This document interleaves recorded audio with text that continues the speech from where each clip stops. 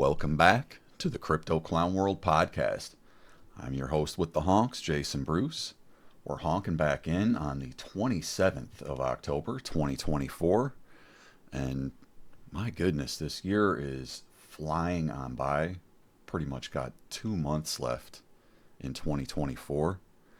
And as always, I have my illustrious co-host, Mr. Christopher Lundy, joining us. What's going on, sir? Insert call sign here, requesting flyby, over. Yeah, we are definitely flying by. So, yeah. Good to have you back. And indeed. It's good to be back. And, it's getting cold, but we're warming up, getting ready for the holidays, and lots of good things happening. So I've got some pretty killer stories coming up this week because every week is like drinking from a fire hose, Jason. It's rather, it's both bizarre and obvious at the same time. It's hard to describe. Yeah, it's definitely been a weird feeling, but you got to drink regardless. So, Yep. Yeah, if that's where we're at, then we'll suck down some hose water and we'll see where it gets us. But it would get us to the place where. Remember that famous meme of I believe it was a South Korean protester that just got hosed down by like a high-powered water cannon, just sitting there stoic? Yeah, it's kind of like that. Yeah, that guy. It could be like that for some people, to be honest, with the way this market is looking, because I think there's still plenty of people out there who are thinking we're going to be bearish, or that are still sitting on their hands, not sure whether they should be in the market or not. And obviously, we've been encouraging, better to be in the market than not be in the market at this point. There's more risk with being out than in. But people are still on the fence, and, I think it may take a big blast off in the market for some people to realize what's going on. And at that point, you're going to miss the good entries. You're going to have to FOMO in. So, well, we got a hand up. Someone wants to ask a question. Oh, so. Really? Yeah, we got Nikolai White. I'm going to go ahead and let to speak. Nikolai. My guy. Let's fucking go. What the fuck is up, boys? What's going on, buddy? Yeah, Chris, if you're not familiar with Nikolai, he's kind of our small cap gem guy. So he's going to be finding, little projects. He talks to devs, and he's really, really involved in some of the smaller stuff in the space. So he'll give us the ability to front run some stuff over the next few months here. Excellent. I actually have some contacts on the bigger end of things as well. I mean, I interviewed EOS. You guys know what EOS is? Yeah, I'm familiar with EOS. Yep. Yeah, Evil Rose. I interviewed him a couple years back. It's my bud. I've also spoken to Fluffy Pony from Monero on multiple occasions. I'm the former head of business development for Wall Street Bets and Satoshi Street Bets on Telegram. Wow. Okay. I'm familiar with Wall Street Bets. I followed many of those posts over the course of between like 2021 and 2023. Man, good work. Yeah. Well, I mean, good work. I had the trademark for Satoshi Street Bets, but I didn't want to have a federal lawsuit over it, so I abandoned my trademark. But okay, fuck those guys using the trademark. Yeah, fuck those guys. I'll take a step back from that then. Got to pick your battles, man. It's probably a smart choice. Exactly. Hey, show me your wallets, and we can go to court over this. I'm like, show me my wallet. Yeah, right. Get lost. Yeah, that's an obvious choice to make there, but yeah, good to have you aboard, man. So we got a few flies on the wall here today. So yeah, we're just working through some basic stuff here. We're gonna work through some of the larger cap coins on the TA end, and Chris is gonna give us a rundown on what's going on geopolitically. So we're just getting ready to jump into the pod here. So good to have you on, man. If you want early knowledge of a coin, don't talk about it too much because I don't really have my position yet. But my buddy told me about Bell's coin. He's a major holder in Bell's coin. It's what Doge was forked off of, and yeah, I mean, there's another halving coming up. It's 6x since he told me about it, and they recently got listed on Binance Pool. So if you ask Gronk, the Twitter AI, like what the first, I think if they say what the first meme coin is, or what's, I have to look it up, or whatever. But they do, like, even the Gronk AI knows that Bell's coin, came before Doge. So Is that BELS, the ticker?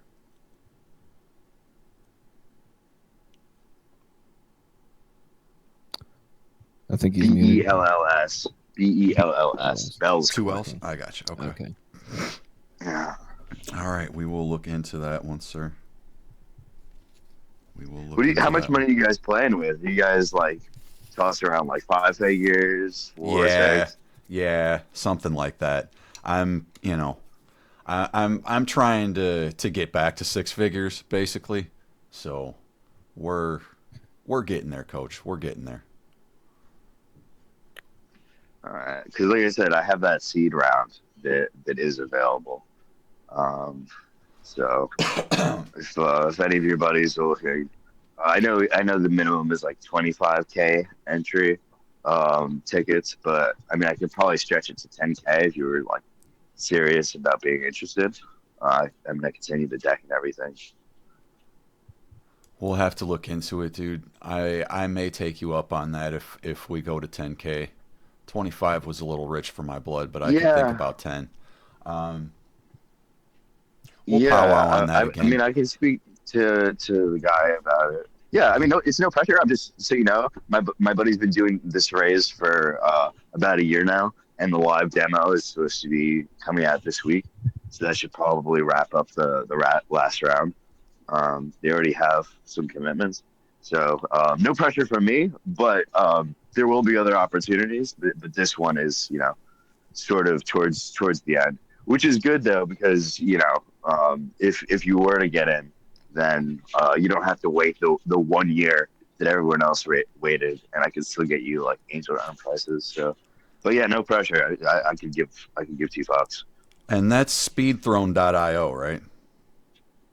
Yes, that's speedthrown.io. And if you get into that one, I can get you into the parent company that it's part of, which is socialgrow.ai, and that launch is going off of Ape Terminal. And Ape Terminal, the launches on average do about 13x from launch. So um, yeah, that would be the one after that. Okay. All right. I'm gonna look into it with an associate of mine here later today, and we'll see if we can figure something out. Yeah, do you have the deck or just the website? Um, I think whatever you forwarded over to me. Okay, if I forwarded it to you, you probably have the deck as well.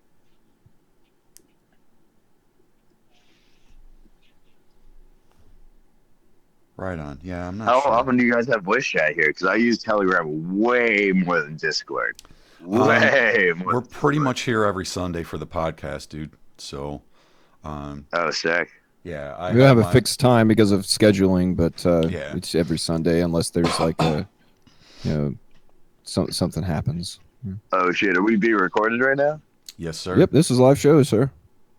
Oh, okay, that's good to know because there's things that I should say and there's things that I shouldn't say. Yes, So sir. good Yep, to know.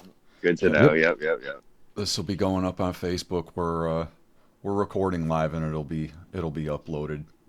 Um, That's cool. I used to do my own Satoshi Street Best live broadcast with Jean-Francois Gariepe, JFG, very known Canadian podcaster, former YouTuber, moved to uh, moved to Odyssey.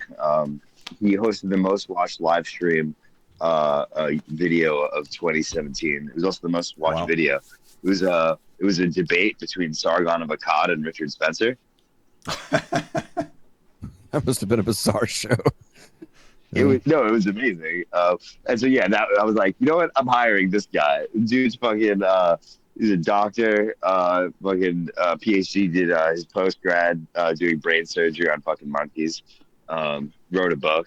Dude's fucking gnarly. Right on, dude. Right on. Nice. Yeah, we're still trying to build the audience here, so we're a Yep. pretty tight knit small group. Um, a lot of the guys that are listening in and following through social media. So people that Definitely were take a cut of me plugging Jean-Francois Gariepi on Odyssey, and then rate his Discord and post the video of us plugging JF, and then you'll have a bunch of eyes interesting. from Interesting. Okay. his core audience. Perhaps, I mean, shout out JF, love you, bro. Good fucking show, Stig Heil and all that. Oh wait, is this being censored? No, no. But I do God. download every episode and archive it and Yeah, you might and want to bleep that for YouTube purposes. meh. Yeah, not much of a video editor, so we'll No. see what everybody Okay, thinks. well, Um, hello, terms of service. Mm. yeah, we'll see how that goes. All right. I think they should be all right with that. Just one, right? It'll be okay. Yep. So some funny, fun and funny intro banter for the show today. Thank you, Nikolai, for jumping on. Good times, man. but, Good times. Good to have an yeah, audience. excellent Though. Good times. to have an audience. It is. It's great.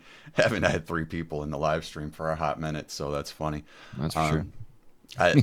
That may be a little barometer for the upcoming sentiment here, though. It's like people have got to be understanding the fact that something big is coming.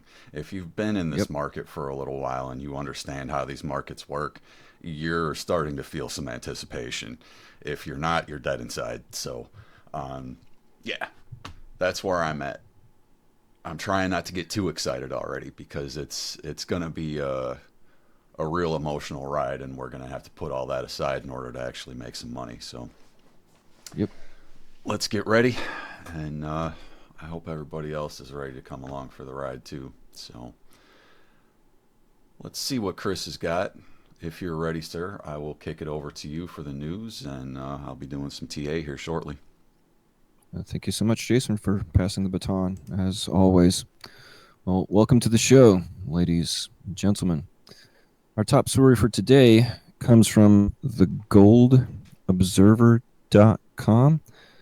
Now, I wanted to start with an older article for our top story today, ladies and gentlemen. The reason why is because gold is basically running uphill and not stopping for breath. If you look at the charts, that's precisely what it's doing. But we need to roll back the clock a little bit to November 19th, 2023. And keep in mind, ladies and gentlemen, the average gold price for November 2023 was $1,985. The current gold price, last I looked, was somewhere in between 2,740 to 2,760. So that means that we're looking at about roughly in the last 11 months, almost 50% gain in gold alone. So make of that what you will. But how do we get here? Well, let's have a look. Dutch central bank admits it has prepared for a new gold standard. Now, this was written and published originally at Gainesville Coins. Gainesville Coins is a very well-known coin dealer in Florida, in Gainesville specifically. So here is the leader. In a recent interview, the Dutch Central Bank, DNB, shares it has equalized its gold reserves relative to GDP to other countries in the Eurozone and outside of Europe. This has been a political decision. I'm going to pause there. Political decision. Interesting.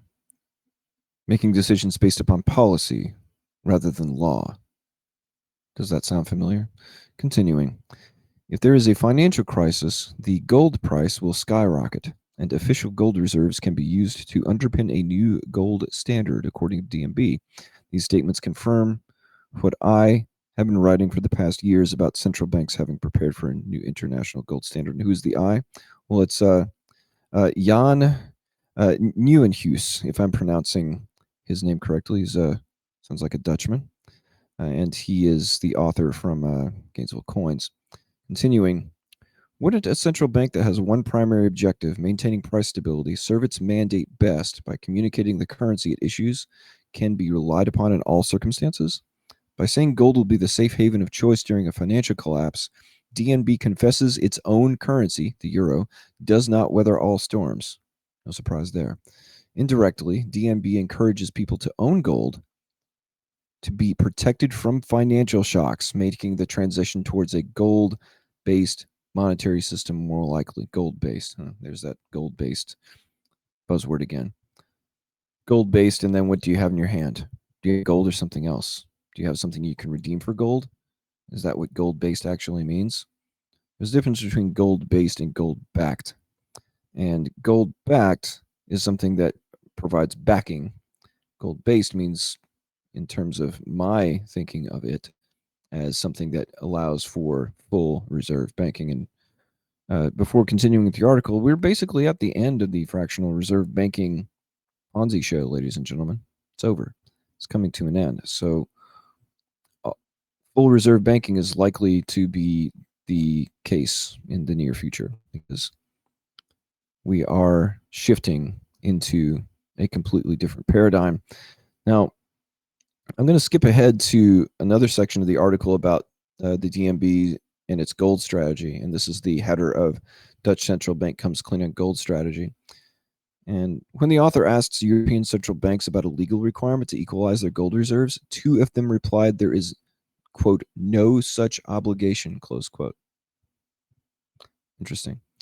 Which is strange given the obvious aligning of reserves over the past decades, illustrated in the charts below. Now, Jason, if you want to scroll down a bit, you can see those charts. There's two of them, one for international gold reserves as a percentage of GDP in the Eurozone from 1970 until now, and another one for monetary gold reserves and gold sales relative to GDP in the Eurozone in terms of current standings as of the time of the article's writing. And these charts are sourced from data from the IMF and the World Gold Council, respectively. So in the first chart, we see Eurozone total international reserves. And interestingly, the pinkish purplish line on the chart that's the largest, if we track back to circa 1980 to 1982, Portugal had gold reserves of approximately a peak amount of 45% of GDP in their total international reserves. And if you track that compared to the rest of the Eurozone, they all gradually tanked down to less than 10%. And now they're all starting to diverge and move up and to the right again. So the era of gold selling, and this was something that was very commonly done by central banks, was to dump gold on the market to suppress the price of it. Well, they can't do it anymore, and now they're buying. So we're seeing a complete shift, a reverse in the monetary, quote, policy, close quote, of these central banks. Question is whether or not they're able to stay solvent. But moving on to the next chart, if we look at the Eurozone here and have a look at Portugal, we've got three different colors here. We've got monetary gold reserves, which is kind of a darkish gold color. We've got monetary gold sales since the 1990s, which is a medium pink. And we've got GDP and RHS. So have a look at Spain in this chart. GDP of RHS is way above their monetary gold sales and their monetary gold reserves. Anytime your GDP is that much in excess of your gold holdings, what happens if you have a GDP crisis? Well, according to this chart, Spain would get about a 50% haircut on its GDP. What's that going to do to the domestic population? It's a problem. So what I see happening here is an effort by central banks to rebalance their finances in extremis, probably because they see something coming that the rest of us don't, and are definitely trying to improve their behavior, at least on the surface, to ensure that soundness is going to win the day for them. But the problem with the Dutch central bank, as it is with many other central banks, is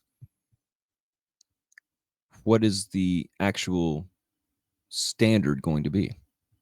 And that wasn't clearly answered in the article. So that will have to come in another time, ladies and gentlemen. And let's move on to our next talking point. And we're getting back to the Levant, and we have to cover the Levant because it's been at the center of world affairs for the last year, continues to be.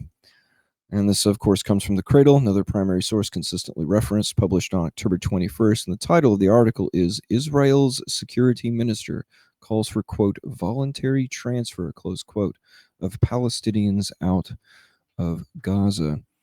And preview is as follows. Israeli politicians are holding a conference to discuss building Jewish settlements in Gaza as Israeli forces expel Palestinians en masse to the south. This is authored by the entire news desk at the Cradle. And here is the leader. Speaking at a, quote, preparing to resettle Gaza, close quote, rally on October 21st, Israeli National Security Minister Itamar Ben-Gvir called on Palestinians to voluntarily leave the Gaza Strip. Voluntarily, in quotes, of course. Quote, we will encourage the voluntary transfer of all Gazan citizens. We will offer them the opportunity to move to other countries because that land belongs to us, close quote, Ben-Gvir said. So the language here is very interesting because if you're shooting at people, if you're bombing them, especially if you're sniping, as has been found with many dead children in Gaza with bullet wounds, dead center in the center of their head, as described by Dr. Mark Perlmutter, who is one of the doctors that traveled to Gaza to deal with the injuries and deaths.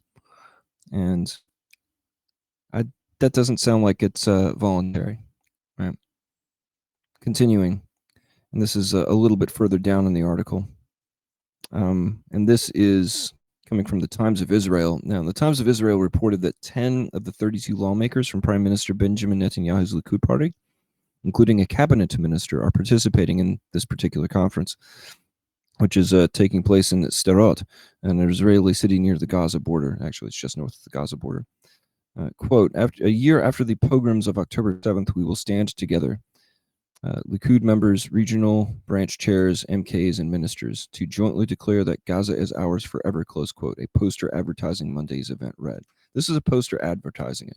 They're openly admitting that there were pogroms, but doesn't say which side committed the pogroms. It just says the pogroms of October 7th.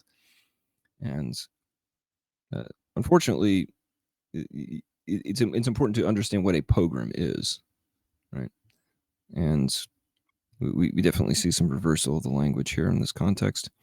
And there were 3 different parties that called for a war to conquer Gaza, and those were the Likud, Jewish Power, and Religious Zionism parties in Israel, and basically reestablish Gush Katif in the months before Hamas's Operation Al-Aqsa flood on October 7th last year. So this was the plan before any of this stuff went down. Now, for the past couple of weeks, Israeli forces have been implementing the so-called General's Plan, and that was a plan to forcibly expel all Palestinians from northern Gaza and starve and kill anyone who refuses or is unwilling to leave their homes. And as we speak, in northern Gaza, there was a horrific massacre in Jabalia, a refugee camp, where Palestinian people were burned alive by what appears to be airstrikes. And also, as we speak, there are 2, as I know of right now, two still functioning hospitals in Gaza that are currently under siege and under attack as we speak. So that continues unabated, at least for now. But we'll get into some interesting events coming up for the Levant later in the show. But we're going to dovetail into our next talking point, which is also about the Levant. And this comes from Mint Press News. This is an exclusive article from Mint Press News. It's published on October 14th by Ahmed Abdul Karim. And it's an exclusive. So here's the title. Yemen uncovers massive CIA and Mossad spy ring embedded in pro-democracy NGOs. And here's the leader. While Yemen usually conjures images of conflicts with Israel and the Saudi-led coalition, a new dimension to the complex country and its people has emerged. Yemen's secret war of spies. Mint Press News delves into the largest CIA spy cell ever uncovered in Yemen, revealing a major security operation that apprehended its members and exposed American espionage activities, dramatically altering our understanding of Yemen's complex battlefield. In June, Mint Press revealed how the Ansar Allah-led government of Sana'a had dismantled an espionage cell called Force 400, allegedly working for the United States and Israel, detailing the cell's members and their activities. Washington responded by calling for the release of the individuals it claimed were employees of the United Nations, diplomatic bodies, and NGOs, labeling them as hostages held by the Houthis. Now, moving along from that, they state that the word Houthis or Houthis is a, quote, pejorative term, close quote. Well, it's essentially interchangeable with Ansar Allah, and it's an accurate description about al-Houthi, who is the head of the movement of Ansar Allah. I think I think that what they intended to imply here is that it was a way to downplay or make it a diminutive ragtag group of rebels, which current events have clearly shown is not the case. Now, a little bit further down, there were top secret documents that Mint Press News was able to gain access to, and these include detainee testimonies, interrogation footage, and it revealed a harrowing narrative of espionage. Spies were recruited through psychological manipulation, sexual blackmail, and torture, highlighting the extent to which U.S. and Israeli operatives bent moral boundaries to secure cooperation. And according to the article, this little cell was promoting both normalization with Israel and, oddly, homosexuality. There it is again. DEI. And why would they do that in a place like Yemen that's seen sieges and starvation of its people for at least a decade now? Clearly, they are not interested in the people of Yemen having children. Continuing. Moving through the article, I found something rather telling, and there were a few different aspects as to this, but there was there was some pretty significant damage in terms of airstrikes that were hitting Yemen over the course of the last 10 years. But in terms of the damage that has been done, in 2016, there was a gentleman that was in this particular group named Abdul Azan, and Mr. Azan he was one of the high-level spies that was arrested in June of 2023, and he worked for both the CIA and the Mossad for 15 years and was recruited by U.S. intelligence in 2010. His handler is Joanne Cummings, who's director of the political and economic department at the U.S. Embassy in Sana'a. So, but essentially, U.S. embassies are being used as forward military bases for regime change operations in some of these countries, according to the article. Whether or not it's true, I'll leave to the listener to decide and the reader. But Azam began working for the Israeli Mossad through Michael Boven, who's the former economic attaché at the U.S. Embassy in Sana'a. And after the embassy's closure, Boven moved to the U.S. Embassy in Israel. He had previously supervised Azan at the Middle East Initiative in Sana'a, and forged a close relationship based on shared religion, financial incentives, and what Azan described as a true friendship. And they're very chummy. And as a result, Mr. Azan provided Mossad with highly sensitive information, which included details about Sana'a International Airport, transportation movements, changes in Ansar Allah's leadership, military activities, destroyed weaponry, the works. And he also leaked data from the High Commissioner for Human Rights regarding the locations of government officials and Ansar Allah leaders. So there were extensive efforts here.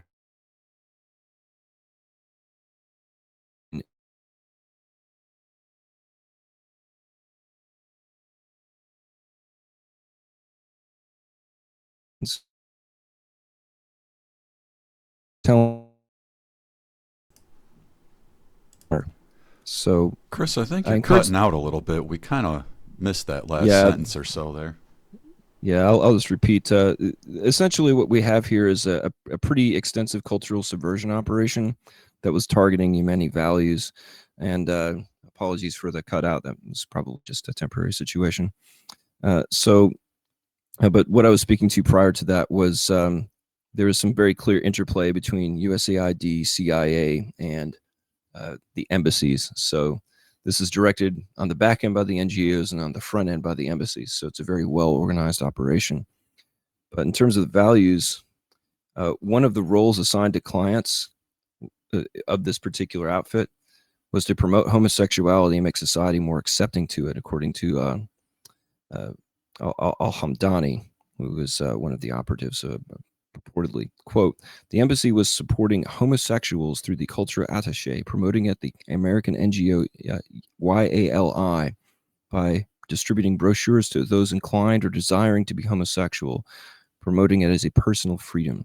They're also issuing visas under the pretext of persecution. Now, I just want to remind the audience about an article that was published to the forward.com in 2009, and it's entitled Waving Israel's Rainbow Flag Abroad. And in that article, it describes how there was interest taken into the liberal side of Israeli society by the Hasbara, which is essentially the public relations lobby of Israel. And in that, they sent out essentially representatives from Israel to non-Jewish opinion shapers worldwide to promote LGBTQ as a manner to, in the words of the article, to, quote, improve Israel's image and to distract from more contentious geopolitical issues, close quote. So now we're starting to understand more completely how that tactic has been employed in the Middle Eastern war theater. And I will top off that particular talking point there. And let's move on to our next one, ladies and gentlemen. This is in the financial world, which is where we want to be right now. North Carolina's Truist Bank is going to be paying $9 million to resolve allegations. And this is published on October 21st. Here's the leader. Truist Bank, based in Charlotte, North Carolina, is set to pay $9 million to resolve allegations it breached federal financial policies. According to a Justice Department case, the Civil Division's Commercial Litigation Branch, Fraud Section, and the U.S. Attorney's Office for the Northern District of Georgia settled the case in a collaborative effort. Now, the $9 million sum will resolve the allegations that the bank breached the Financial Institutions Reform, Recovery, and Enforcement Act of 1989 in relation to the administration of trust accounts owned by SunTrust Bank from December 2011 until 2015. Quote, banks occupy a special place of trust in our society, close quote, said U.S. Attorney Ryan K. Buchanan in the Northern District of Georgia. Quote, the settlement shows that when banks violate that trust, especially in situations involving vulnerable customers, they will face accountability, close quote. Well, this comes right after TD Bank got caught laundering money for drug cartels. SunTrust is, well, Truist is paying big money to resolve allegations. And this is essentially where we are still. Banks pay paltry percentages of their ill-gotten gains and then walk away scot-free. And I would encourage the audience to look at more of these as time passes and see what the public response is to these things as it goes forward. Because I don't think that the general public is going to tolerate for this for much longer, especially considering that recent reports show that most Americans are heavily, much more dependent now than they were 5 years ago on government handouts. So if anything happens to the stability of people's ability to get their entitlements, as they're called, such as Social Security and whatnot, because of this this overexposed leverage that has been shoved into the public debt over the course of the last 5 years. Well, you're seeing it now, ladies and gentlemen. And speaking of leverage, we got a short squeeze situation in silver, and that's our next talking point for Zero Hedge. And the silver squeeze has officially begun, and this is authored by Jesse Colombo on Substack. And here's the leader. For the past several weeks, and this is in the first person from Jesse, for the past several weeks, I've been writing articles and creating video presentations about an imminent silver breakout that could quickly push prices to $50. During this time, I've observed significant investor cynicism as many grew frustrated with silver's sideways movement over the last 5 months. In that context, I encouraged investors to remain confident, as I believed silver was on the brink of a historic bull market. Sure enough, on Friday, What began as a typical day saw silver surge nearly 7%, meeting the criteria I had outlined to confirm the next phase of its bull market. In this article, break down the details of silver's Friday breakout and explain why a powerful silver squeeze has now officially begun. I'm going to go over all the points here, but I will have a look at one chart from down the article here, and this is $32.50 resistance. This resistance was holding quite well for an extended period of time, and that resistance did not last too long. And if you look towards the end of that chart, we've got massive volume. And in that, anytime you see massive volume and prices going way up after a big spike down in price, that's short covering. So we got a big, giant mother of all short covering events happening. And if you look at the silver futures, the 30-day chart, that's where that comes from here. Now, the spot chart, spot silver is only starting to move upward, but it's the silver futures that people need to be paying attention to because the futures are going up way more than spot. Expect that to flip, ladies and gentlemen. And also, now priced in euro, 30 euro was the previous resistance, and that resistance had been in place since about mid-May, early June, and it has broken out. Anytime you break a major resistance zone like that over longer term time frames, ladies and gentlemen, you're going to see higher prices, even if it's just kind of skirting sideways. So in this article, there were a few different things in the charts that showed many different types of resistance zones being broken. And that even goes into copper. And something that's important with silver is that most silver that's mined comes through copper production. So the price of copper and the price of silver historically have an important relationship that typically needs to play out there. So at the base, we've got a clear uptrend line with copper, and we've got a clear uptrend line with silver moving in a similar direction. So what do these charts tell me? Well, it tells me something unexpected. I should probably start loading up on copper, ladies and gentlemen, because copper is already, if you're looking at copper pennies, 3 times face. And we could be looking at multiples for copper that are comparable to what multiples for silver were in the last decade or two. So, and as it relates to coin roll hunting for the coin collectors in the audience, it might be a good time to look for pre-1982 copper pennies while the getting is good.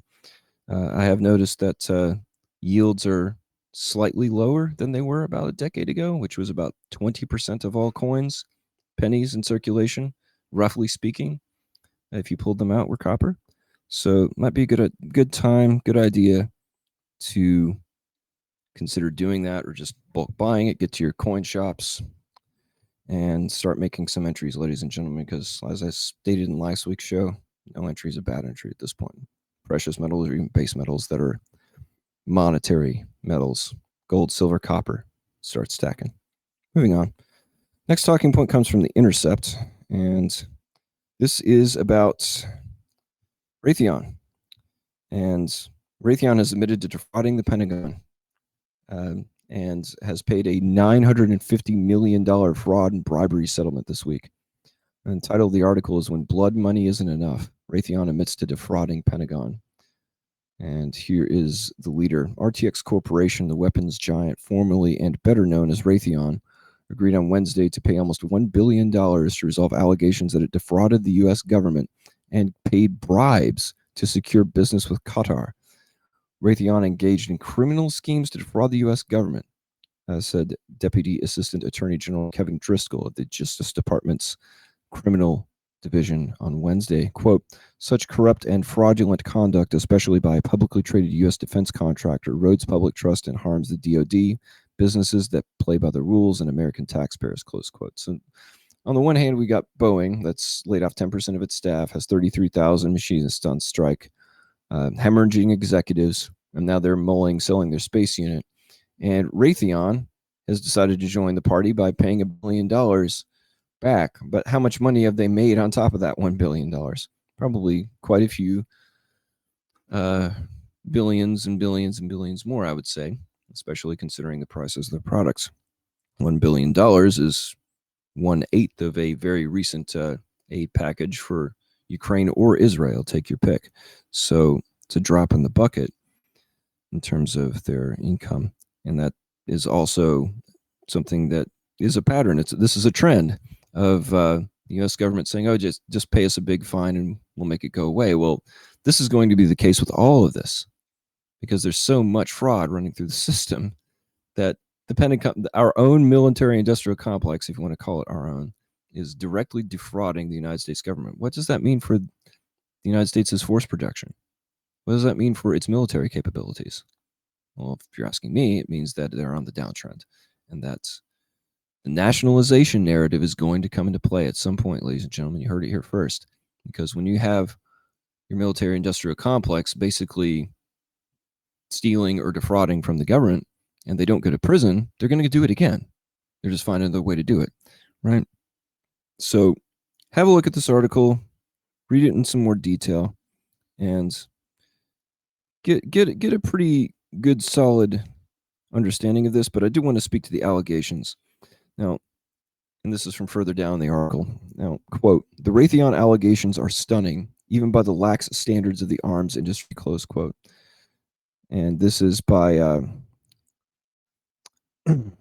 what Mr. Harting told The Intercept this week. I'll have to double check who Mr. Harting is.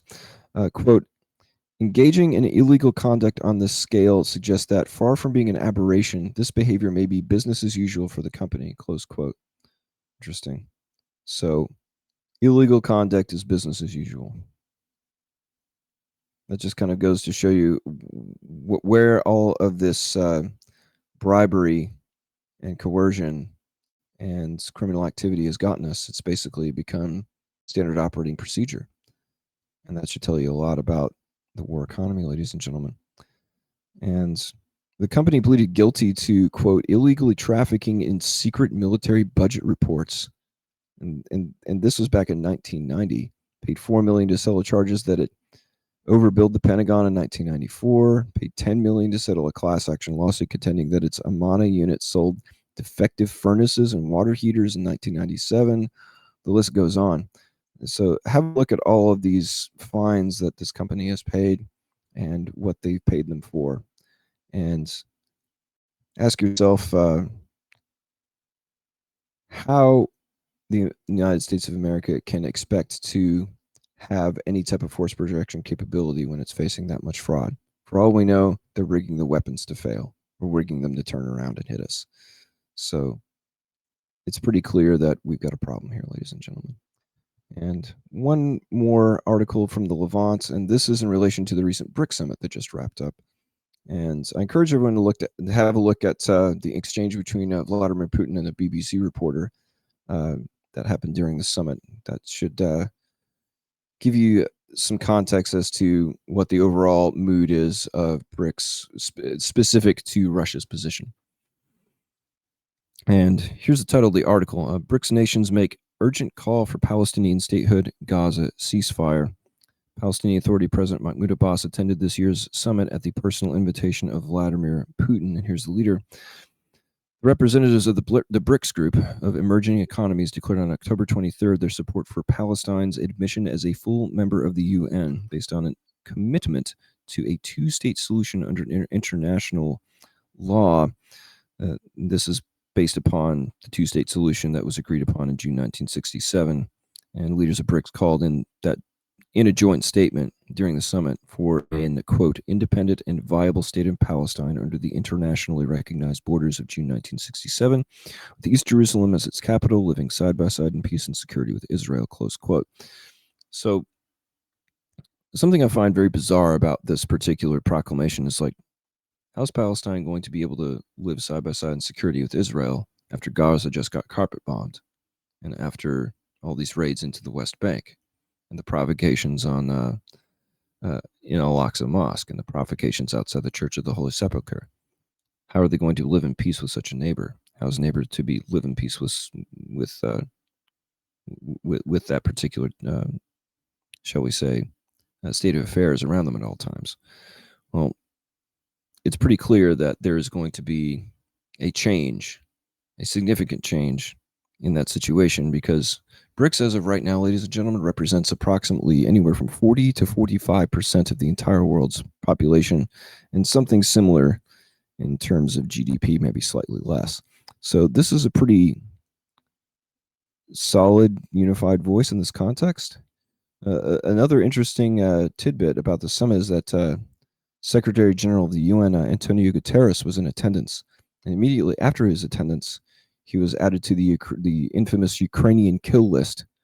And for anybody that's referenced the Ukrainian kill list to see who's on it, well, Max Blumenthal is on it, and now we've got Antonio Guterres is on that list, and Tucker Carlson is also on that list. So, and that particular list is purportedly run by the United States State Department. So, does this mean that the U.S. is directly targeting UN staff?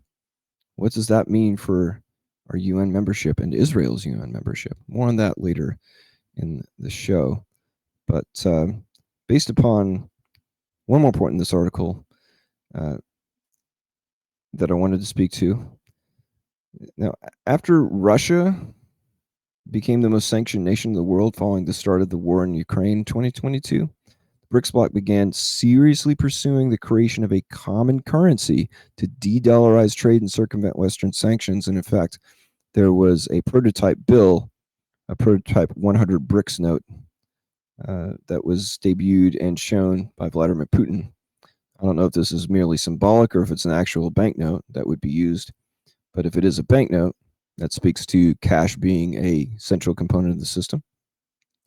And speaking of cash being a central component, even European countries are starting to take a stand on this. In fact, in Norway recently, it was declared that cash is required to be accepted at all merchants for any purchases below 2,000 US dollars, priced in US dollars. What it would be in kroner, I'm not exactly sure.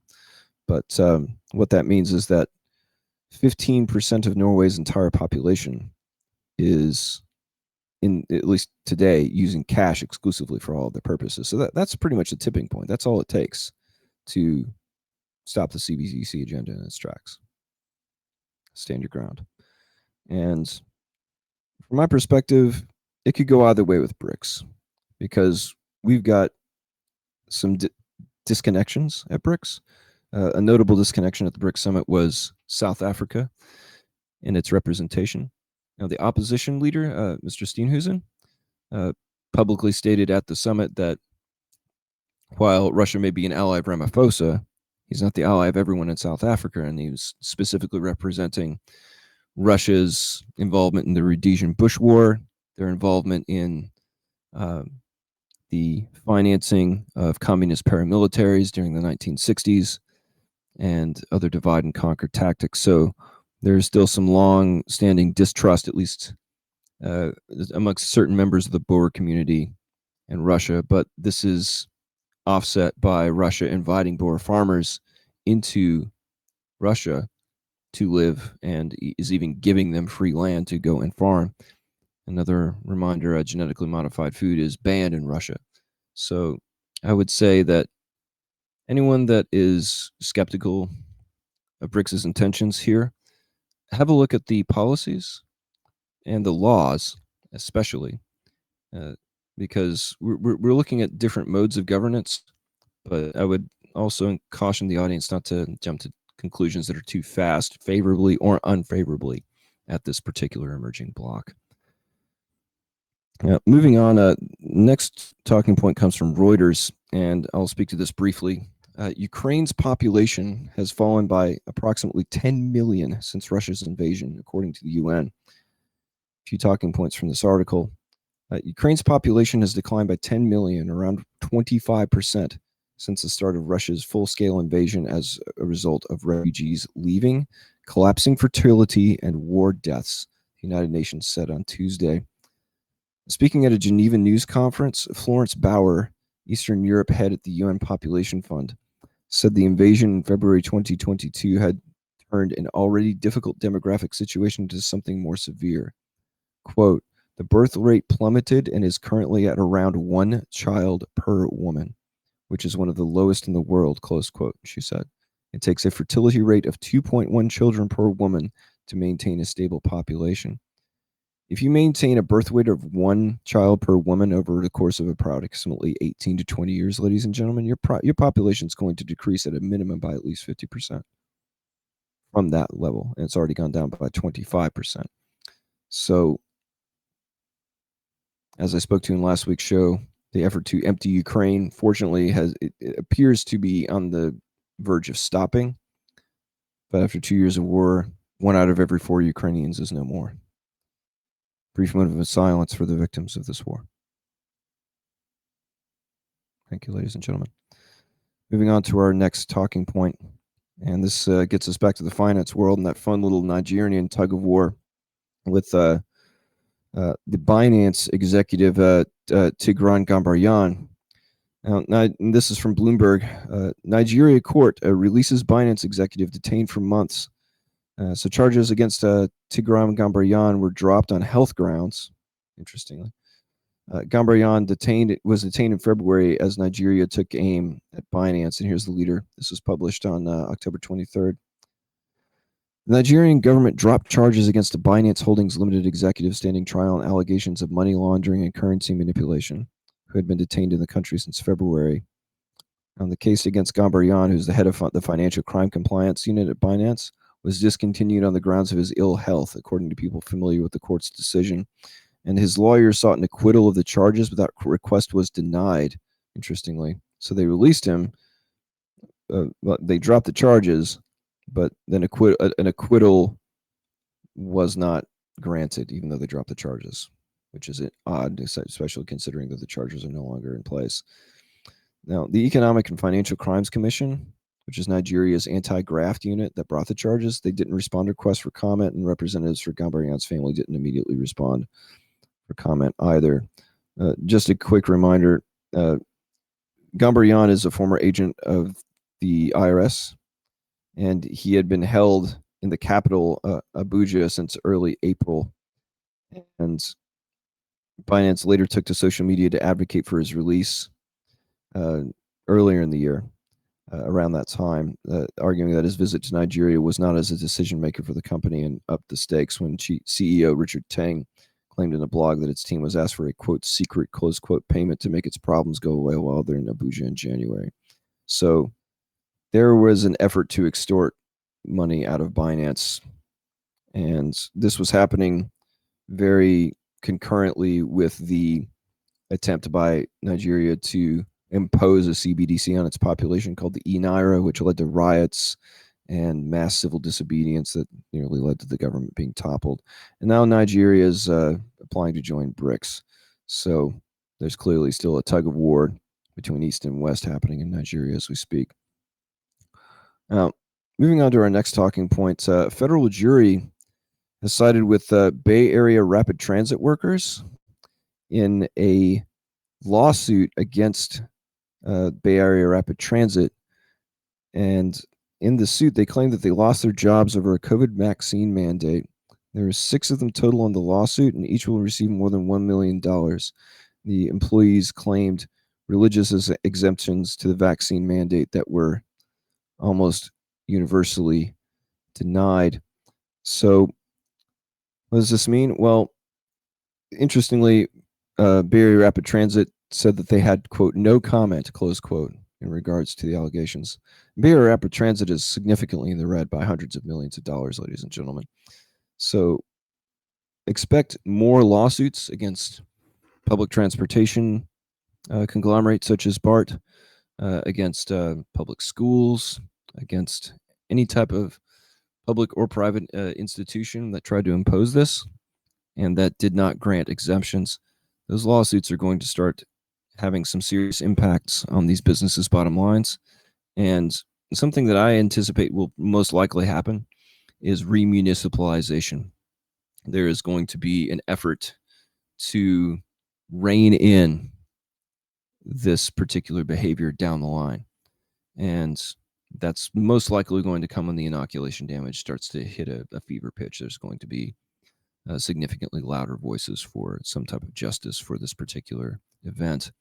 And what I anticipate will happen is public infrastructure banks will be established to run these particular conglomerates in a manner that is profitable, that is practical, and that puts the public first. Who will run it, how it will be established, that is yet to be determined. But I see that coming. I could be wrong, but I don't see how the stewardship can be maintained under the existing infrastructure, because the only motivation for doing this, especially considering that there have been public admissions as to the damage caused by the inoculations, is going to be impossible for them to escape justice. There will be more lawsuits. And we've got 2 more talking points to wrap up the show. Let's get to the next one. This is from Reuters, and this one is or was published on October 26th, authored by Parisa Havezi, Emily Rose, and Ahmed Tolba. And title of the article is Iran Plays Down Israel's Strikes, saying they caused, quote, limited damage, close quote. And for anyone that was asleep over the last couple of days or doing other things, there was a retaliation by Israel against Iran over the course of the last couple of days. And there were mixed reports, and the damage assessments are not yet complete. So, to this podcaster's knowledge, there was damage or destruction that was successful against at least one drone manufacturing facility and one IRGC training center. Details will be incoming as time passes. So here's a few talking points from the summary. Targets do not include energy or nuclear facilities, according to the United States. Biden says he hopes the strikes are the end of the confrontation, which is silly. Iran says it has, quote, responsibilities towards the regional peace and security, close quote. And Iran says it has suffered 4 dead and some limited damage. This was published in Dubai, Jerusalem, and Cairo simultaneously on October 26th, which is where all 3 of these journalists are respectively based. Here's the leader. Iran on Saturday played down Israel's overnight air attack against Iranian military targets, saying it caused only limited damage, as U.S. President Joe Biden called for a halt to escalation that has raised fears of an all-out conflagration in the Middle East. Now, scores of Israeli jets completed 3 waves of strikes before dawn against missile factories and other sites near Tehran and in western Iran, according to the Israeli military.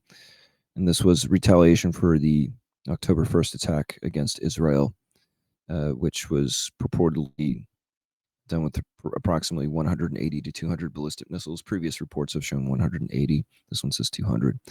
And Israel warned its heavily armed arch foe not to hit back after the latest strike. In fact, that warning, which is not discussed in this article, stated that Israel will use nuclear weapons against Iran if they retaliate. So things are really on a tipping point now, ladies and gentlemen. Israel has openly threatened to nuke Iran if they respond to this strike. So something else is that Russia has warned all of its citizens living in Israel to leave the country. And they have a Mediterranean base in Tartus, a naval base there. And I expect that there will be force projection coming from these areas, and Russia is clearly choosing a side here. They have decided to arm Iran with S-35s, Su-35 aircraft, S-400 air defense systems, advanced laser technology, EMP weapons, the works. So we could be seeing a very significant response, because Iran previously stated that it would attack all of Israel's infrastructure if Israel responded. So this is a major escalation. Pay attention to oil markets, ladies and gentlemen. They're about to get hot in a big way. And if you don't have your jerry cans full in the back, now's a good time to go do it, especially with 100% gas with no ethanol. So get to work on that, ladies and gentlemen. And final talking point of the day comes from DL News. And this is back to the BRICS Summit and Bitcoin. And title of the article is BRICS Seen Supercharging Bitcoin Prices, Dollar Dominance Erodes. This is authored by Osato Avan Namayo. 3 preview bullet points for us.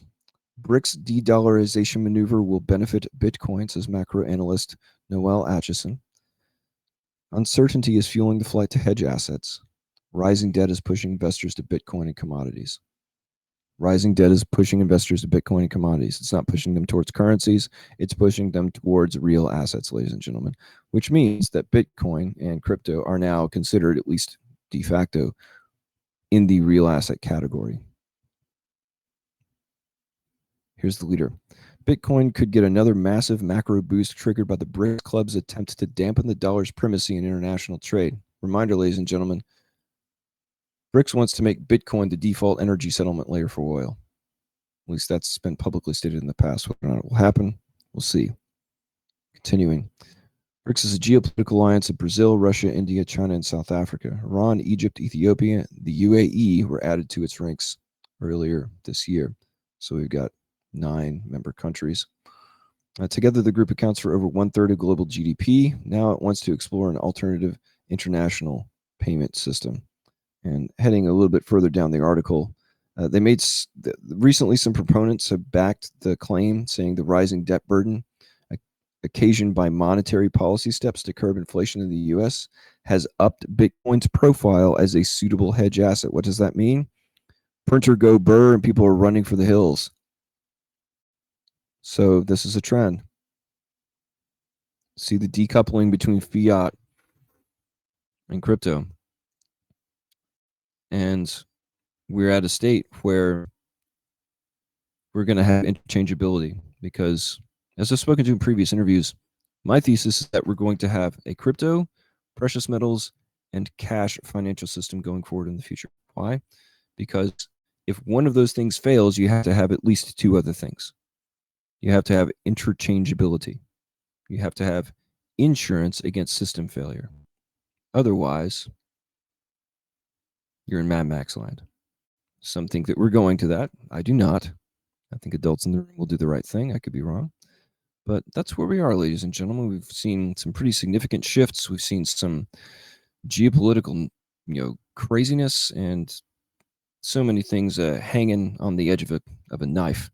So we are going to get a big dose of reality sooner rather than later, ladies and gentlemen, especially domestically in the United States. But that wraps up the show for me today, Jason. So I'll toss it over to you for TA, and if any of our flies on the wall have questions, now's the time. Back to you, sir. Thanks as always, Chris. Lots of fun stuff there. Oh, yeah. All right. So thanks, everybody, for listening into the news, if you've made it with us this far. And I do apologize at the top of the show, but I may have overlooked asking y'all, make sure that you're honking the like button for us. If you're not subscribed to our channel for any reason, please get subscribed. Hit the bell for notifications as well. That way we'll notify you when new content comes out in a timely manner, right? So with all that said, I'm going to jump into some quick TA here. And we're going to jump over to the ES1 E-mini futures. And that'll be opening up in a few hours here. And we can see on the 4-hour at the close of action last week that we did have a little bit of a dip down below the 21 MA. So currently retesting the 100 MA. And I'll have to see if the price action can renegotiate that as support, or if we may see a further dip down perhaps to the 200 MA. That would be around the 57.80 level for the ES1. It looks like this 4 hours trying to roll over in terms of the stochastics, and the RSI has kind of lost that level of strength after losing the 50 level there. All right, so we were looking at this kind of flag here turned into what appears to be a rising wedge. And if you look at like the breakdown target on something like that, take you pretty close to where that broke down to, wick down a little further. Now, something else to keep in mind here in terms of this price action, you had this previous flag, right? So you can see breakout and retest here on this spider line. Well, lo and behold, you got a second retest of that spider line. So a lot of the time, that can indicate that, you know, the price is trying to come back to a value area low here and just retest that area again, shake out some people who might have had a little too much leverage in the market before moving up. So in terms of where this moves from here, I would say these previous targets are still valid. You know, 6100 is on the cards. 59.56 is on the cards, provided that we're able to hold some support here, kind of at this level, like right here. Okay.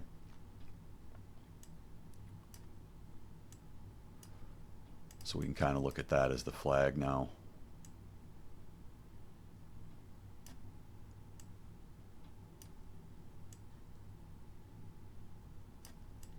And it'd take you up to this area, 6100. Okay.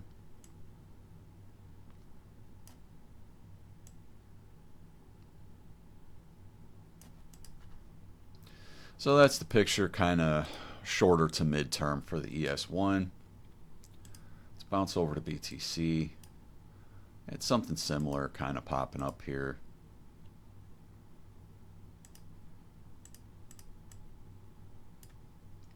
Price action looks pretty similar on that 4 hour to what the ES1 just did. So, you know, got breakdown of the flag here. Didn't get quite as much retest, interestingly enough. You know, the idea at this point would be on the 4 hour for CME to get back above this 21 MA at like 67,675. All right, so we'll see how that opens up here in a few hours. If we look at how the weekly is shaping up right now, I believe we're in a position of strength. Stochastics and RSI are showing us that. Price action above the 21 MA is showing us that. And price action trying to negotiate this purple spider line. Again, this long-term downtrend line turned resistance that is now potentially support at this point. It's a very important line for price action to stay above that in order for this bull run to fully kick in. Okay. So let's move over to the USD index. This is the daily chart. And right now, you're getting retest of the 21 MA. All right. And one thing I do like in terms of that retest right now, looks to be not only a double retest, but you printed a higher low on this last wick. And you're now printing a few green candles to move out of that. These stochastics look to be resetting, but the RSI is still in a position of strength. So to me, this is pretty solid. Interestingly enough, and I've talked about this before, on the Binance app, you will actually see a bullish divergence here on this daily chart. It's not showing up on this daily US dollar index, but I believe there is some bullish divergence that's coming into the market in some areas that will basically show this retest here is going to hold. All right, let's move over to some smaller time frames. 7-minute chart on Coinbase for BTC. We did have a little bit of a pump here from the area around 66.9 up to around 67.9, and we're now consolidating in that range. Okay. Could you still see a little bit more of a pullback? Possibly retest this 200 MA 67,230 area. All right. If we swing over to the hourly, this hourly looks a little cooked.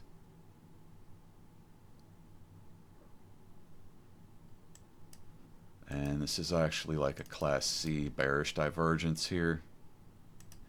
Okay, where you can see this was a higher swing up, but you're lower on the RSI, and you closed here lower in price action but higher in the RSI after kind of just climbing above that 70 level. So to me, this shows there at least has to be some consolidation in this range before price can continue to move up. And keep in mind, we did have this liquidity grab on Friday, wick back down to key support around 65.5. As long as that level holds, we're totally fine. If that level breaks, you may see a retest of 60K. So it's an important level, 65.5. Okay, 65.5. And you can see here locally, you were rejected at a point of control. You know, consolidation in this range between 66.7 and 67.7 will be very healthy. All right. Again, a loss of this level here, this 65.5, you're going to see a retest of 60K. I don't believe that's the probability at this point based on the daily candle prints that we're forming here. All right. The idea is that we're going to see a larger move, and I put this bars pattern in a while back in response to something that somebody posted on a Facebook group. And although the price action hasn't mirrored it, which you're not going to see that, it's definitely following it, right? So you can see followed it, kind of a spike up, a little more of a spike up to kind of get to that level here. You know, it wasn't as pretty of a flag, but you had that upwards movement. And now you've had a little bit of, downwards consolidation in what was sort of a sideways flag before. But then, again, more pumpage in this area where price action was kind of pumping and now moving sideways a little bit more. So I think we're seeing the market taking a little bit more time to gather momentum, and not just gather momentum, but shake people out. So the big move is very, very likely to be coming here very soon. So as long as price action holds this 21 MA on the daily, once again, things are going to stay pretty bullish. And you'll see a move here where price will break out of this pattern that we've been forming, because it's kind of negotiating that right now. So if we see a further move up here, say to about 70, 71, come back down and retest this level around 67,000, which people will be freaking out at that point, saying that we're going down to 40K and whatever else. I don't believe that'll be the case. I do believe we'll get a pump up to around this 70, 71, 72 area, come back down and get a nice, retest of this structure here, and that'll provide a bullish spring off of the top of this pattern. You could see something a little more aggressive where we dip back down and then come back up and out. All right. But for right now, I believe this looks like the consolidation that's going to bring us out of this pattern. Okay. Now, could we see something that might be a little more violent to create more of a shakeout? Yes, absolutely. We could. We could see something like this. All right. And if we see a retest of these, say, high 50s going into next month with maybe uncertainty leading up to the election or something like that, don't freak out. Okay. It's still possible and still within the cards that we see some price action like that. All right. This has been a very, very long consolidation, but I do like the way these daily candles are starting to print up and out of this. Okay. So we'll just have to keep an eye on things and see what happens. Can we see another leg or shoulder down, maybe into November? Yeah, that's possible, but I don't think this is likely. I will leave it open as a possibility, but again, I don't believe it's likely at this point, given the consolidations that I'm seeing above these key moving averages. Okay. Bitcoin dominance. This has been discussed ad nauseum as well. We're in this sort of rising channel. This has been going on for quite a while. This rising channel is creating bearish divergences. Okay? This Bitcoin dominance is not going to hold on for much longer. Regardless of whether we see one more big move out of Bitcoin, at some point this is going to dump, and it's going to dump hard from this area. Okay? There's too much bearish divergence printing right now for the market not to respect it. So let's just keep an eye on that. We'll see how things play out. But for right now, This is the key bearish divergence here, where you can see this swing in price action is much lower. This swing on the RSI is higher. You've swung up very high into this green box, which I had highlighted. And you can see here there's closure much lower on the RSI. Okay, and it's dipped back below this key level of 70. All right, I would really like to see Bitcoin dominance come back down. In turn, along with that, flipping over to USDT dominance. Okay, this right here is a very, very, very key rejection level on the daily.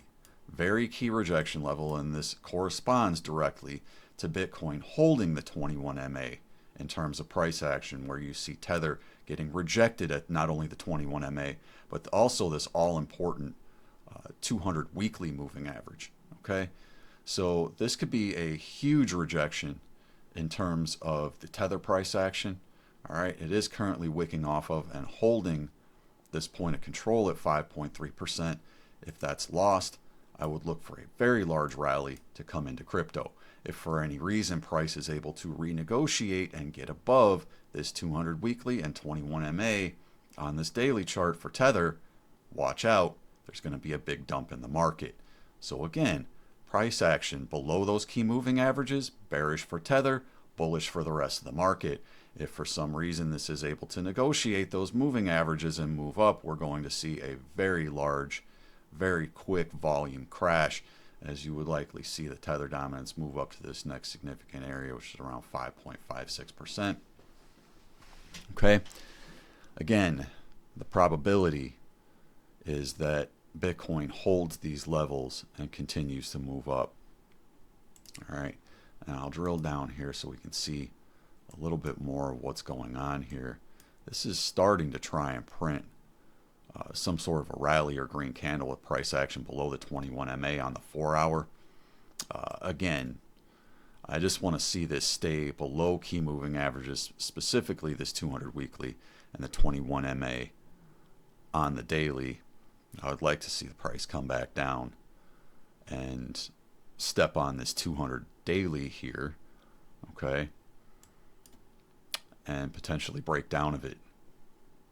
All right, but it's going to be a little questionable as to what actually happens here. Okay, this 3-day wants to bring some momentum into the market for Tether. All right, we're going to have to keep an eye on this. It's a very interesting looking chart right now. All right, moving over to the total 3 for your altcoins. I'm liking the picture here. Okay, I believe this is a bull flag. You know, by all sorts of, basic technical measures, this should be a bull flag here with a sort of an ascending triangle type of a bias. All right. And price action has been negotiating this 200 daily here, which is curving down. Let's see here, is it above that? Yeah, price has actually moved above that 200 daily. Very, very key for the altcoins. And resistance right now is this 21 MA and this point of control. So between 614 and 622 billion, we're seeing some resistance right now. Above that, momentum can pick up for your altcoins. So let's swing out just a little bit. Take a look at the daily. We're still seeing this push down on the stochastics, similar to what we were seeing for BTC. I will say, however, it looks like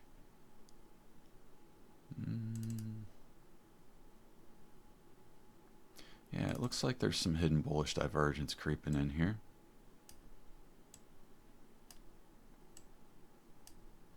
All right. So that may hold things up there.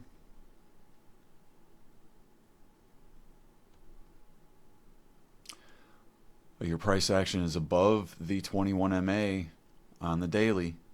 Okay, so technically bullish for your altcoins. Moving over to ETH BTC 3-day chart. We did recently have this candle open in an area that's kind of creating a bullish divergence. All right. Yes, we are printing lower lows, but this is kind of a falling wedge here. And with this bullish divergence. This could potentially have a bullish bias to break ETH out of the downtrend against Bitcoin that it's been in. If we take a look at the price action versus Tether, holding this 200 weekly moving average nicely and printing higher lows as we go. So looking for a W pattern here. This is a little more of a deep retest and sweep of that value area low. So realistically, probably not a W pattern at this point. But you could be getting a larger move, larger consolidation in this pattern here before the larger move comes in. Let's clean this up just a little bit. But essentially, this would be like your measured move kind of a thing. And it would be fairly significant. If we were to see that breakout, could move up to like 34.49 if we see the big move for ETH, if we see a God candle come in. Okay. Right now, big resistance around 26.23. Okay. Moving over to BNB, third largest cryptocurrency by market cap.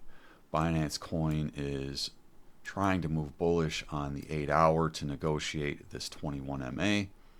So very similar situation to the other coins as usual. Let's flip over to the 4-hour. We see the same consolidation here. Price action actually above the point of control. So looking pretty good for BNB, as there's actually a bullish divergence at play here. You can see here swung down lower on the RSI, but higher in price action on this wick. And you can see here this wick down printed a higher low on the RSI. So with stochastics in a position of strength and RSI middling, this looks like it's consolidating, potentially trying to make a move up. All right. And do we look at this as a liquidity grab? Does it move back into the pattern there? Okay, so we'll keep an eye on how we're cutting that up. XRP, I don't want to jump in too much on this, but the weekly chart is going to make an interesting print here soon with the RSI below the 50 level after kind of middling around there for a while. Stochastics pointing down, potentially below this point of control here. XRP is not looking the strongest on the weekly. Let's flip over to the daily. The daily's showing us maybe a little bit of a chance to move back up here. Okay. And maybe a little bit of hidden bullish divergence here. All right. So you can see here these candles swung down and closed lower, but higher on the RSI. You know, it's a slight hidden bearish, but you can see it when you zoom in on it. So lower here on the RSI, but actually making a higher print on the price action. So that's going to be the hope for the bulls. For XRP, you've got to negotiate the 200 weekly at around 61 cents. It's tried that before. You're going to need to see, you know, I would say a weekly closure above that 61 cents, as it couldn't hold it on the daily here. All right. So that's the key levels for XRP. You got to hurdle 61 cents or it's not going anywhere. Flipping over to Solana, currently making this kind of a rising wedge type of a move on the smaller time frames. All right. Stuff like this, you usually say that's got to break down at some point. If it were to do so, golden pocket is around $165. So don't be surprised if we see a little bit of sideways consolidation for Solana. Even if we see something like this come in. Okay, so we'll keep an eye on that. You know, larger time frames should be pretty similar to everything else that we were seeing. Apologize for any background noise right now, folks. You may hear some stuff in the background. I was doing some scalping on Solana with these fibs, so just cleaning that up a little bit. It'll let me.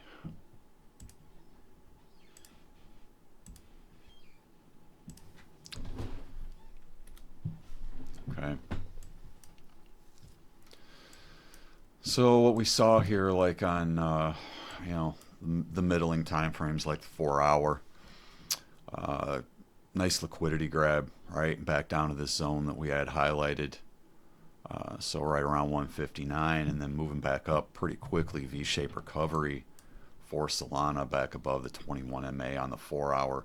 A lot of bullish talk about Solana right now, with the market starting to heat up. So something I would say is potential for concern, or just something to keep an eye on here. Essentially what the daily chart has to do at this point is figure something out. So if it closes here, it may be okay because you're actually not bearishly diverging.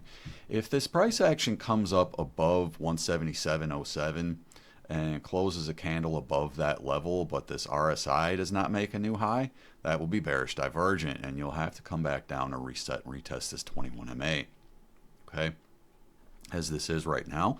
If this RSI stays lower and price action stays lower than these candles, there won't be any bearish divergence, and we can just kind of likely continue on up and see another green candle print. Okay, that would take you up into like 180s area. So you've got a little bit of a decision to make for Solana. Is it going to make a new high, or do we see further consolidation? Flipping over to Caspa, 5-day chart, we had a new candle open, and this candle looks to be flipping green. If you're building a position in Caspa, there is a hidden bullish divergence that's holding that 5-day up right now. We did get a wick down here and like some liquidity grab type of stuff. Okay, something to keep in mind after that low was printed. You're now printing bullish divergence on the daily chart, where if you look here, swung down lower on the RSI, but higher in price action. You swung down and created this low in price action, but a higher high on the RSI, and now bouncing back into this middling range. So Caspa is actually showing some signs here that it will dig out. All right, so looking pretty good there. Let's move over to Aerodrome Finance, holding a nice fat bag of this one. And I am seeing, you know, at this point, what looks like a pretty nice consolidation and likely the next move up at play. Okay, so this little bump up here was probably an anomaly. You can just look at that as a bull flag. If you take the measured move of that, you're going up here to this area around $3.25. Okay. Stochastics on the daily are now curving up. You've also got a hidden bullish divergence that just printed here. Excuse me. Take a drink there, folks. All right. So I would say things are on schedule for Aerodrome. Nothing has changed for me here in terms of these price targets that I have set out. $3.25 is likely $6.50, and I do see the rally high for Aerodrome around $17 to $18 in the bull run. Okay, sticking to it, folks, sticking to it. AGI Delicium, I took a long on this the other day. It got thumped. They are really manipulating the price on this. You can see here this nasty little spike wick up. There was one over here on a wick down. See here, liquidity grab, spike up, consolidation, spike up. Now a little bit of a liquidity grab again. They're really messing with the price action on this thing. This is an AI altcoin that honestly I would recommend for everyone to make part of their AI portfolio. Make good gains off of this from late last year into early this year.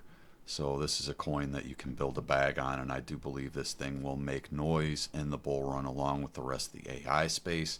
So this is really kind of a no-brainer play, likely an easy 10 to 20x or more out of AGI in the bull run. Okay, so moving over to one of our meme coin picks. This is a small cap coin on Solana. This is S-Doge. It's basically just a version of Doge on Solana. I do know the dev on this project, and he has brought some things in the past that have been pretty profitable. So right now, you can see this price action is in this wedge, breaking out and holding the 21 MA on this 2-hour time frame. I do like what I'm seeing here for S-Doge, and you can see it playing off of this bullish divergence here, where you had a swing down on the RSI, but much higher in the price action, and you swung down here, lower in price action, but higher on the RSI, and RSI above 50 level now. So I think things are looking pretty good for this coin to continue to rally. All right, and you do have some bullish divergence here on the 4-hour as well. So S-Doge, folks, S-Doge, if you didn't get your entry and you didn't catch these wicks, honestly, you can FOMO into this thing. The next area of interest is going to be around 9,900. It's like a 3.5x from here. Okay, and I do believe there is a much, much larger move coming for this coin. All right. Yeah, this thing's going to do numbers, folks. Not financial advice, as always. High risk that comes with this, high reward potential as well. Okay, so as always, nothing that I say here should be construed as financial advice. If you feel it's something you should do, obtain a financial advisor. Do your own due diligence and research before jumping into any coin, investment, project, or trade. With that said, I'm going to bounce back to BTC real quick, just so we can see what the shorter term price action is doing. And we're actually getting a rally on the hourly chart off of this 200 MA. That's very bullish. It's a very bullish sign, folks. It's so interesting because they're front running the market so hard on Sundays all of a sudden. The market makers are doing something, folks. There's going to be some serious moves coming in here very soon. Oh, and look at that. If we take these 2 points, you're seeing breakout and retest. This is breakout and retest, folks. This is breakout and retest. All right? It's breakout and retest. Don't overthink it. Don't overthink it. It's breakout and retest, and your next target for BTC, it kind of doesn't matter. You can let's just measure it up the top of that pattern there.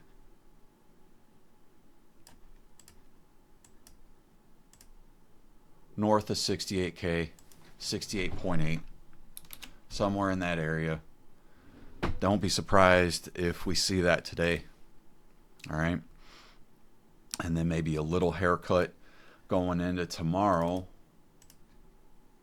as people take profits at the open. But could we potentially see something like that come in? All right. So just an idea, folks. We'll keep an eye on things. I'm going to honk on out of here. As always, I'm Jason Bruce. This has been the Crypto Clown World Podcast. Hope you've enjoyed your weekend. We'll be catching up with you soon. Take care, folks. Much love, and God bless.